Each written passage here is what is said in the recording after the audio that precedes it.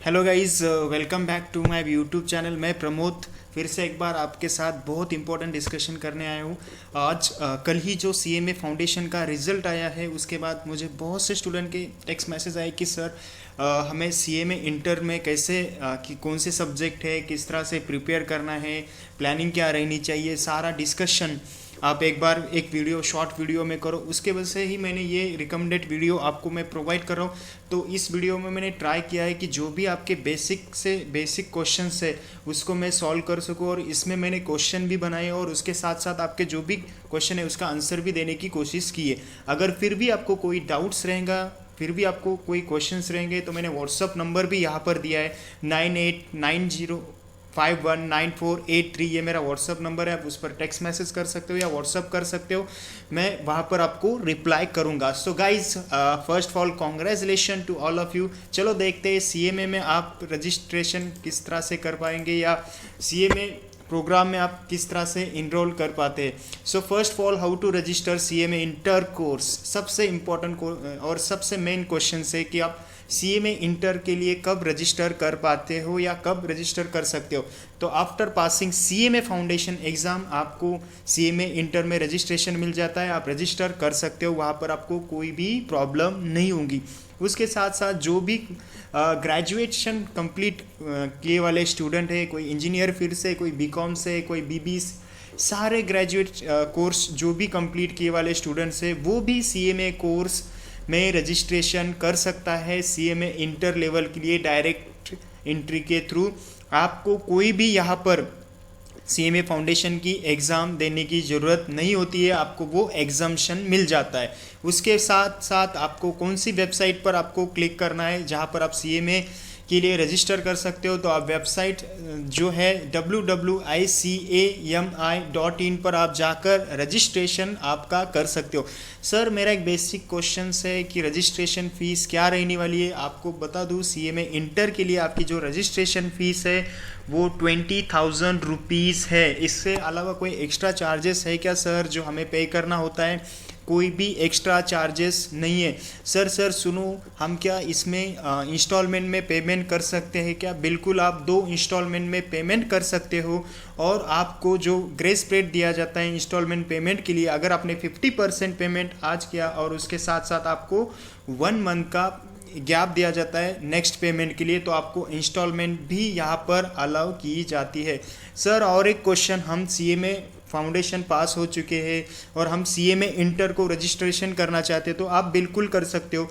ये रजिस्ट्रेशन हमारा कितने दिनों तक वैलिड रहेगा? तो ये रजिस्ट्रेशन जो है आपका 5 इयर्स तक वैलिड रहेगा। उसके साथ साथ आपके 5 इयर्स के बाद आप क्या कर सकते हो, नॉमिनल फीस जो भी है रिनोवेशन चार्जेस पे करके आपका रजिस्ट्रेशन फिर से एक्टिव कर सकते हो।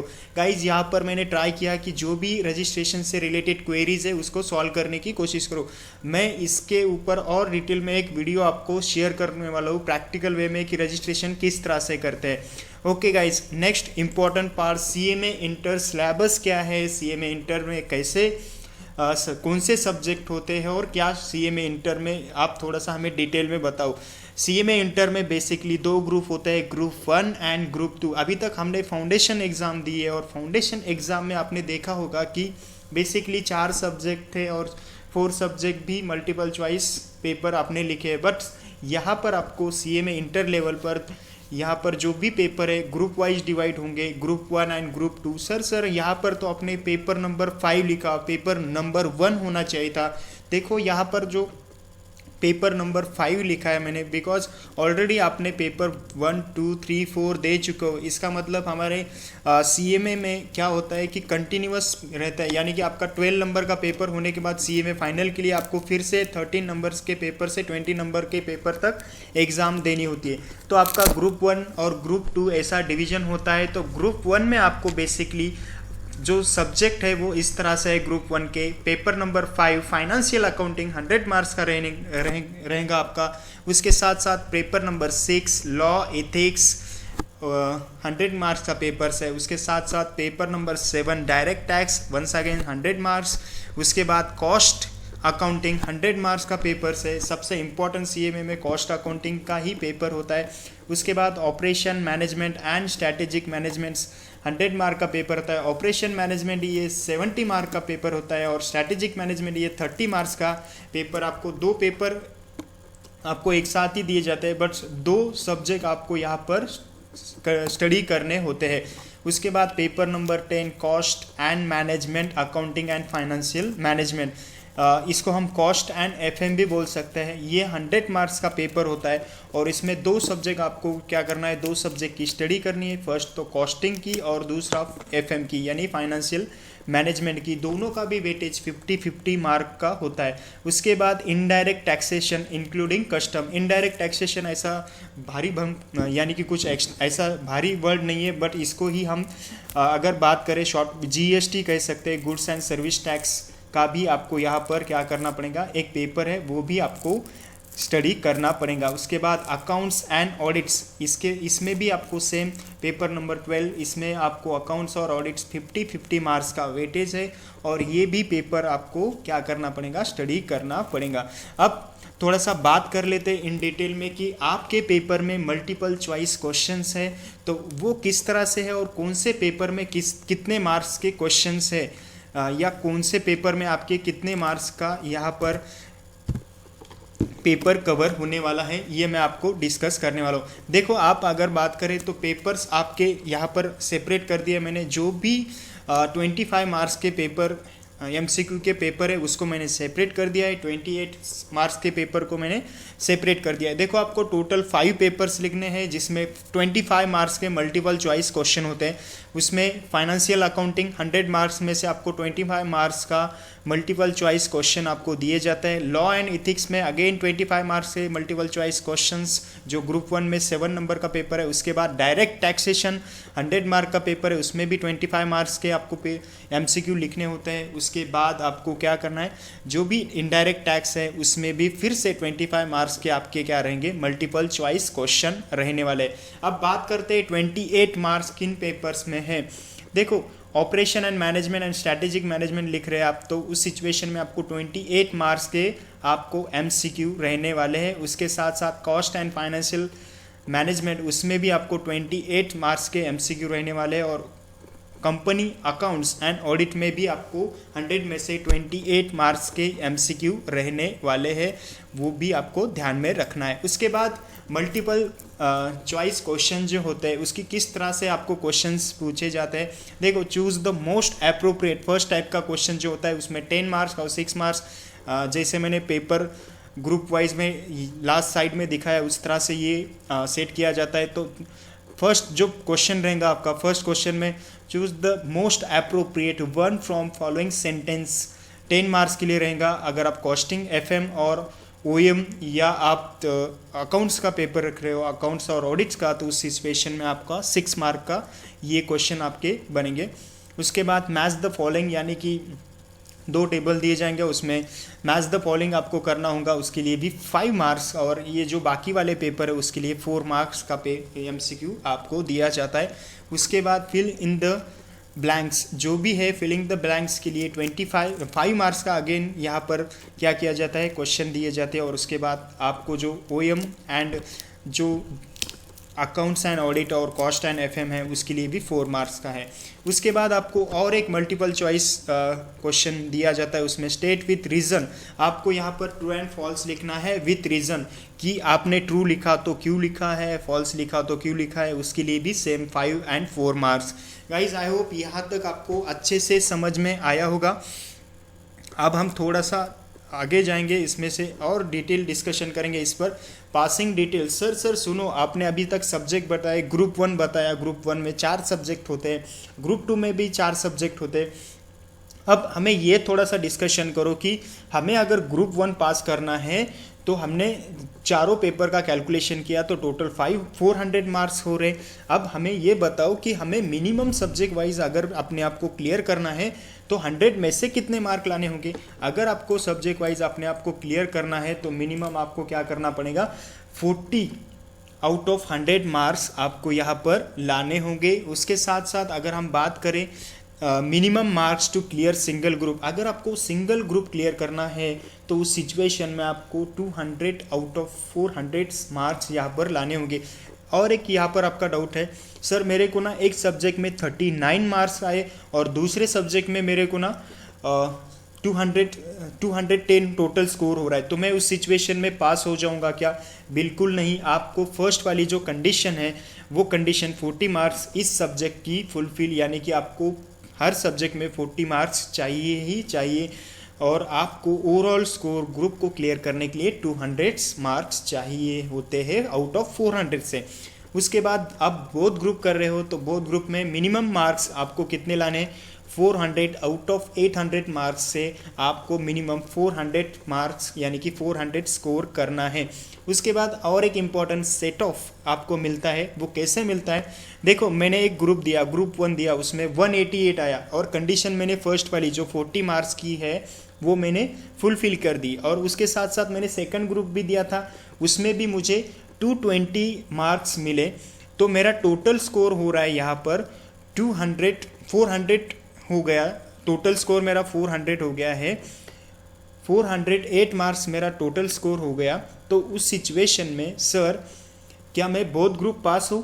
यस, आपको यहाँ पर मिल जाता है सेट ऑफ का बेनिफिट, यानी कि 188 12 मार्क्स का जो भी डिफरेंस है ये यहाँ से यहाँ आते हैं, और ये डिफरेंस ये होता है 200, यहाँ पर चेंज होता है 200, और यहाँ पर टोटल स्कोर भी आपका ये जो है यहाँ पर आपका टोटल स्कोर भी हो जाता है जो है 408 मार्क्स, यानी कि आप इस तरह से अपने आप को सेट ऑफ का बेनिफिट ले सकते हो अगर आप बोथ ग्रुप्स की प्लानिंग करते हो तो। अब आपके माइंड में और क्वेश्चन है, मुझे पता है।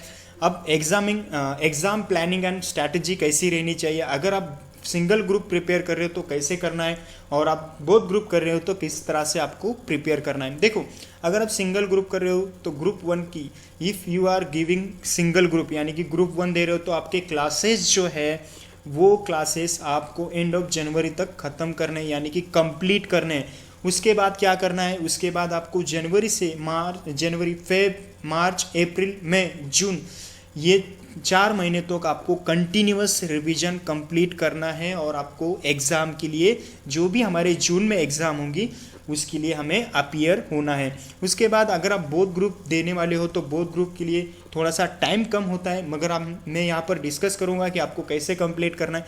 देखो, if you are give exam of both group complete your all classes within 5 months from the date of result, आपको विद इन 5 मंथ्स यानी कि आज से ही आपको विद इन 5 मंथ्स में आपको 8 सब्जेक्ट के क्लासेस कंप्लीट करने होते हैं। उसके साथ साथ आप आज से अगर आप 8 मंथ्स में क्लासेस कंप्लीट करोगे अक्टूबर, नवंबर, दिसंबर, जनवरी, फेब, यानी कि 1 मार्च से आपको रिवीजन आपका स्टार्ट होना चाहिए, तभी आप क्या कर सकते हो? आप बोथ ग्रुप का प्रॉपर प्रिपरेशन करके एग्ज़ाम क्लियर कर सकते हो। उसके बाद रिवीजन कितना मंथ्स करना चाहिए सर, ये भी क्वेश्चन आता है। देखो, आप अभी सीए फाउंडेशन क्लियर किया है, मन में डाउट बहुत है, और इसलिए मैं आपको डिस्कस कर रहा हूँ कि रिवीजन आपको minimum 3 months before the exam आपको करना ही होगा। जब तक आप 3 मंथ्स का रिवीजन नहीं करोगे तब तक आपको वो सेटिस्फैक्शन नहीं मिलेगा, आपकी वो कंसेप्टलिटी नहीं आएंगी जो एग्ज़ाम में रिक्वायर्ड होती है। उसके साथ साथ और एक इम्पॉर्टेंट चीज़ आपको यहाँ पर है, if you are giving 1 group only pass 2 subject, अगर आप क्या करते हो एक ग्रुप देना चाहते हो तो आप क्या करो, after the completion your classes एकदम आराम से स्टडी करो, और 2 सब्जेक्ट की ही डेली स्टडी आप करते रहो। उसके बाद आप अगर दोनों ग्रुप का प्लान है तो आपने कितने सब्जेक्ट प्रिपेयर करने होंगे? तो आपने मिनिमम 3 सब्जेक्ट आपने क्या करने हैं? प्रिपेयर करने होंगे। और एक मेरा एक इंस्ट्रक्शन है आपको, और एक मेरा एडवाइस है आपको कि don't change your study material during the your revision. आप जब भी रिवीजन कर रहे हो, जो भी स्टडी मटेरियल आज आपने पकड़ा है उसको लास्ट तक आप पकड़ के रखो, क्योंकि आप अगर एग्ज़ाम के टाइम में स्टडी मटेरियल चेंज करोगे तो उसका बेनिफिट आप नहीं ले पाओगे। वहाँ पर आपने जो भी लिखा है स्टडी मटेरियल पर वो रिटेन हो जाता है आपके रेगुलर प्रैक्टिस से, और आप अच्छे से वो रिटेन कर सकते हो। अगर आपने बीच में ही स्टडी मटेरियल चेंज करना स्टार्ट कर दिया तो उसका मतलब आपको उसका कोई भी बेनिफिट नहीं होने वाला है। अल्सो अगर आप स्टडी मटेरियल अच्छे से प्रिपेयर कर रहे हो तो रिवीजन करते समय आपने शॉर्ट नोट्स, उसके साथ साथ आपने आपकी खुद की नोट्स प्रिपेयर करनी है जो लास्ट रिवीजन को बहुत हेल्प करने वाली है। और एग्ज़ाम आइडिया, अब सर ये हमारा इतना डिस्कशन तो आपने कर दिया, आप एग्ज़ाम कैसे होगी, फर्स्ट पेपर कौन सा होगा, एग्ज़ाम के बीच में कितना गैप रहेगा हमारे, ये भी थोड़ा सा डिस्कस करो। देखो आपकी एग्ज़ाम जो है जून में होने वाली है, ये तो फिक्स है, जून 2021 में। तो आपका पेपर जो है पेपर नंबर 5 अकाउंट का रहेगा। उसके बाद आपको 1 डेज का गैप रहेगा, जो गैप रहेगा उसमें आपका पेपर रहेगा ऑपरेशन मैनेजमेंट। अगर आप बोथ ग्रुप दे रहे हो तो आपको कोई भी गैप यहाँ पर मिलने वाला नहीं, आपके कंटिन्यूअस पेपर रहेंगे, 8 दिन तक आपके कंटिन्यूअस पेपर रहेंगे एक्सेप्ट संडे और एक्सेप्ट नेशनल हॉलीडे। आपको ये माइंड में रखकर ही आज से प्लानिंग करनी पड़ेगी। तो पेपर किस तरह से रहते हैं आपको, सपोज आज 10 तारीख है, फाइनेंशियल अकाउंटिंग का पेपर आज हो गया, कल 11 तारीख को ऑपरेशन मैनेजमेंट का पेपर रहेगा, फिर 12 तारीख को लॉ फर्स्ट ग्रुप का लॉ एंड इथिक्स का पेपर रहेगा, फिर 13 तारीख को कॉस्ट एंड मैनेजमेंट अकाउंटिंग जो सेकंड ग्रुप में आता है उसका पेपर रहेगा। उसके बाद 15 तारीख को डायरेक्ट टैक्स का पेपर रहेगा। उसके बाद अकाउंट इनडायरेक्ट टैक्सेशन जो सेकंड ग्रुप में है उसका पेपर रहेगा 16। फिर 17 तारीख को कॉस्ट अकाउंट जो ग्रुप 1 का पेपर है and company accounts and audit जो ग्रुप 2 का पेपर है उसका आपको क्या मिलेगा, यहाँ पर जो भी है आपको किसी भी तरह से कोई गैप मिलने वाला नहीं है। आज ही डिसाइड करो कि आपको बोथ ग्रुप प्रिपेयर करने हैं या सिंगल ग्रुप प्रिपेयर करना है। ये आपका 9 मंथ्स का पूरा डिस्कशन इंक्लूडिंग एग्ज़ाम और including your paper patterns. So guys आपको बहुत से क्वेश्चंस होंगे, इसके बाद 9 मंथ्स के बाद क्या करना है, हमारे इंडस्ट्रियल ट्रेनिंग के बारे में भी आप डिस्कस करो। मैं सारा डिस्कशन आपसे करने वाला हूँ। फर्स्ट ऑफ ऑल ये वीडियो को अंडरस्टैंड करो। अगर कुछ डाउट रहे आपके मन में तो मुझे व्हाट्सअप करो या कमेंट्स बॉक्स में आप ज़रूर कमेंट्स करो। Guys thank you for watching, subscribe and shares. Take care, bye bye, see you soon.